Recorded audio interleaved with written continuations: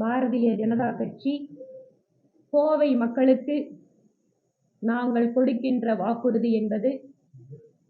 போராட்டம் நடத்துகின்ற, நாடகம் நடத்துகின்ற அரசு வீட்டுக்கு போனதற்கு பின்பாக 2026 தேசிய ஜனநாயக கூட்டணி அரசு அமைந்ததற்கு பின்பாக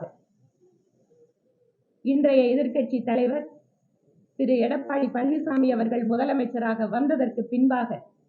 கோயம்புத்தூருக்கு மெட்ரோ ரயில் திட்டத்தை நாங்கள் கொண்டு வருவோம். அதனால என்ன கொடுத்தாருன்னா கொஞ்சம் கொடுக்கறத சரியாக தமிழக மக்களுக்கு எடுத்துட்டு போகணும் அப்படிங்கிற எண்ணம் இருந்தால், அல்லது மத்திய அரசாங்கத்தோடு என்னவெல்லாம் திட்டங்களை தமிழ்நாட்டு மக்களுக்கு நாம வாங்கி கொடுக்கலாம் அப்படிங்கிற உண்மையான அக்கறை இருந்திருந்தால், நேற்று பிரதமர் வந்திருக்கின்ற பொழுது ஒரு புரோட்டோகால் படி மாநிலத்தோட முதல்வர் நேரில் கூட வந்து பேசியிருக்கலாம்.